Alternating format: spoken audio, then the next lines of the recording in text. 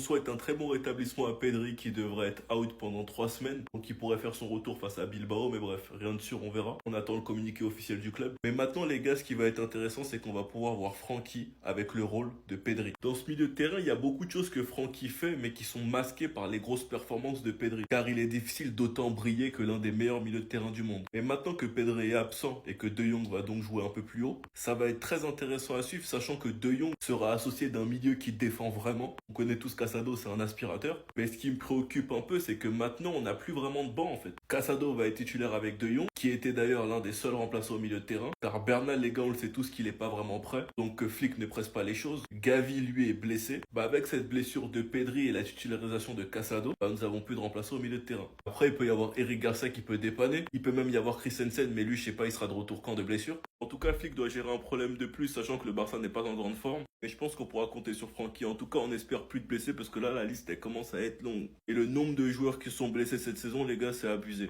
Enfin bref, sinon vous les gars, vous en pensez quoi? Ramenez-vous sur cette importance, on est.